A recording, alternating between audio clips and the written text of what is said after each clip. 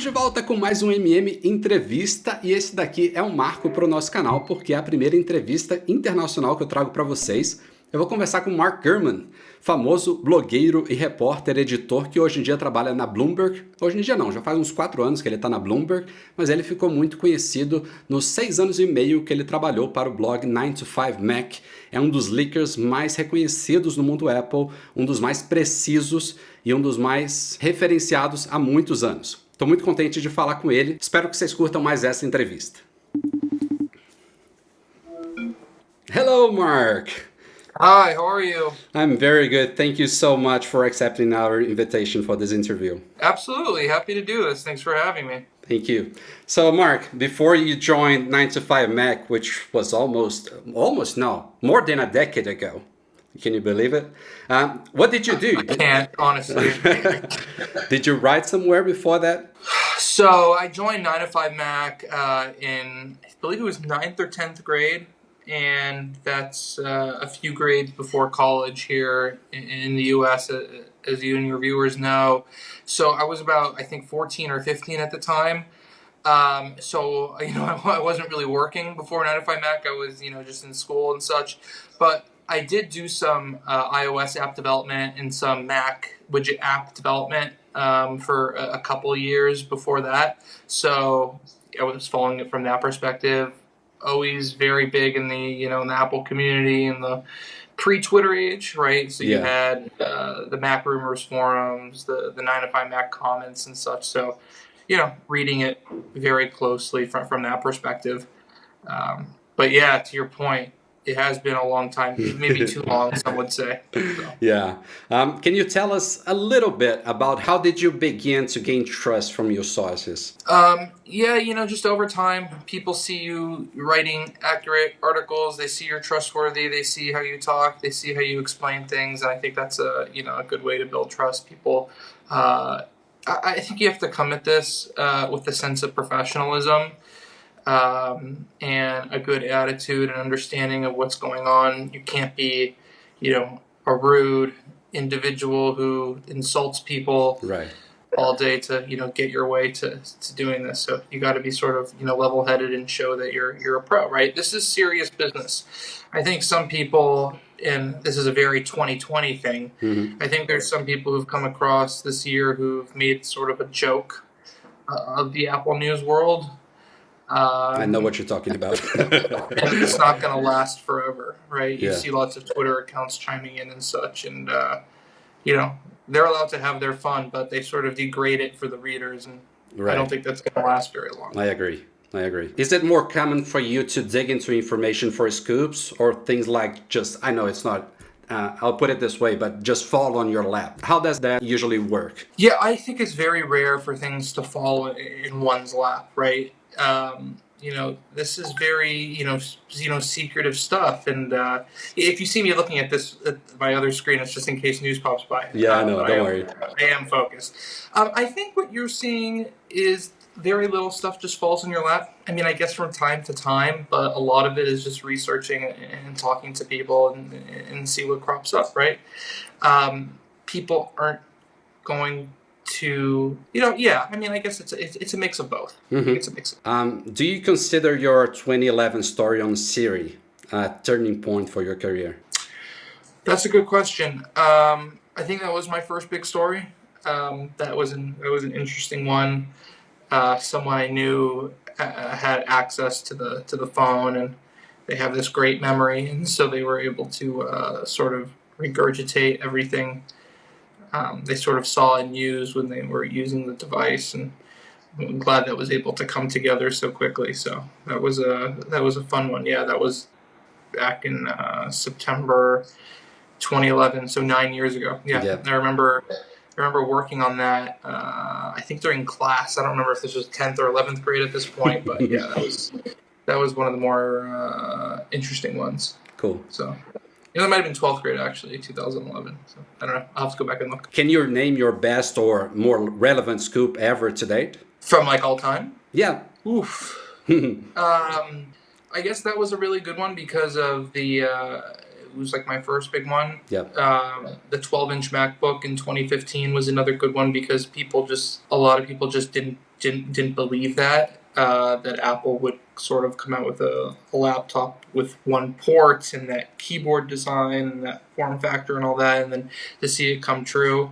I guess the cool thing about that one is that even though people thought it was BS because it was just unbelievable that they would do something like that, at the same time, there weren't many people really doubting the reporting because they had known the track record before that. I had this sort of hands-on with the iPhone X story a few weeks before the iPhone X was announced in 2017, sort of like how the interface is going to work, the gesture smooth interface. So I thought that was a pretty good one. Marzipan story. Yes. Sort of the shift to running running iOS apps on the Mac a few years ago was another good one. More recently, the reporting I did on the Mac transition to Apple processors was another good one. So I don't know. I try not to pay too much attention to what I've reported, and I'm sort of focused on my future and the next thing. So cool. I'll let you know about the next one when it's ready. There's some good stuff in the works. How has it been working for Bloomberg for the past 4 years? Do you miss writing for an independent blog like 9to5Mac? Yeah, Bloomberg is an amazing news organization. As you know, the breadth and reach and resources, I think, are pretty much unrivaled. In terms of differences, a lot of people, ask if sort of my work or ability has been hampered by being at a bigger news organization versus being somewhere independent like 9to5Mac. I don't think that's the case. There really was no transition period or layoff or anything like that. It was just, instead of writing at 9to5Mac, it was working at Bloomberg. And it's been all the same to me, except with the resources that come from a big company, the TV organization, the radio, and all that. So I'm very pleased and honored to be part of the group. Great. Do you have any idea of how do Apple executives think of you? And do you think that changed in any way since you moved to Bloomberg?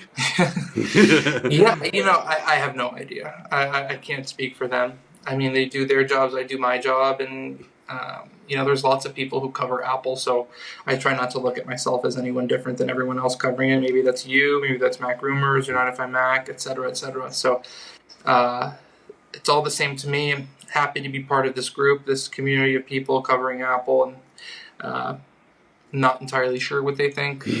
I have not asked. On to the next thing. And at Bloomberg, you've been covering news also on Amazon, Google, Facebook, and others, right? Do you like the diversity in your work, or do you rather stick with Apple? Yeah, so sometimes there's sort of like a little bit of a letdown in Apple News. There's some quiet periods, as of course you know. Sometimes the early summer after WWDC, so July is typically a somewhat slower month. December, February, April sometimes. So in those months, what I like to do is I like to give a little bit more attention on some of the other companies like you mentioned. So I'll do some Google, I'll do some Facebook hardware, I'll do some Amazon. I thought Amazon's launch event last month now, I can't believe we're already in October. They had some really cool devices, so sort of taking a look and keeping an eye on what they're developing and they're working on is fascinating. They announced that new Ring indoor home drone. I think that's really cool and fascinating. So I like to see some of these tech companies really, innovating in some respects. And I'm interested to see if Apple has anything interesting up their sleeves this year. Yep. And Mark, by chance, we're recording this on Steve Jobs' 9th year of passing.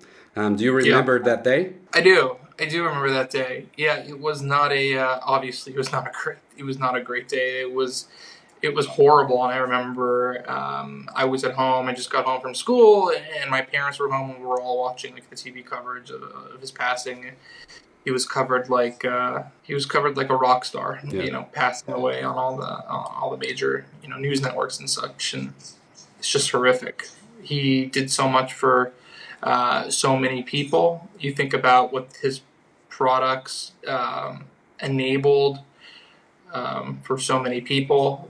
We're only having this conversation because of a product that ushered in. FaceTime was actually one of the last major things he did, right? Right. That was 2010 and such. So yeah, but more than just product, right? Design, arts, business acumen, way of thinking. His quotes over the years, I think, have inspired so many people, I'm sure, including both of us, Yep. right? So his death obviously left a big hole, not only in a lot of people's hearts, but in, across the world of business and technology, and just thinking and such. Let's wrap up with this. Do you see a bright future for Apple with its almost totally new executive team?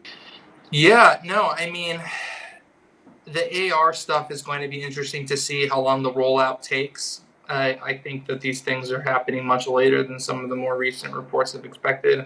I'm not expecting pure AR glasses until 2023 or 2024 at the earliest. Obviously, we'll get the AR/VR headset sooner. I think that'll be announced at the end of next year or early 22 for release sometime across 2022. I think that's their next big thing. So. Cool. Once again, Mark, thank you very much for being with us today. It was an honor. No, this is a pleasure. I'm happy to do this whenever. So congrats on the website and everything you guys have going there, and looking forward to the next one. Então tá aí, esse foi Mark Gurman, espero que vocês tenham curtido mais uma entrevista, um pouquinho mais curtinha do que o normal, mas eu imagino que vocês entendam que não é tão fácil conseguir assim a atenção de alguém como ele. Se vocês curtiram esse vídeo, não esquece de deixar um joinha aí, se inscreve no nosso canal se não é inscrito ainda e ativa o sininho para ser notificado sempre que novidades pintarem por aqui. Valeu e até a próxima!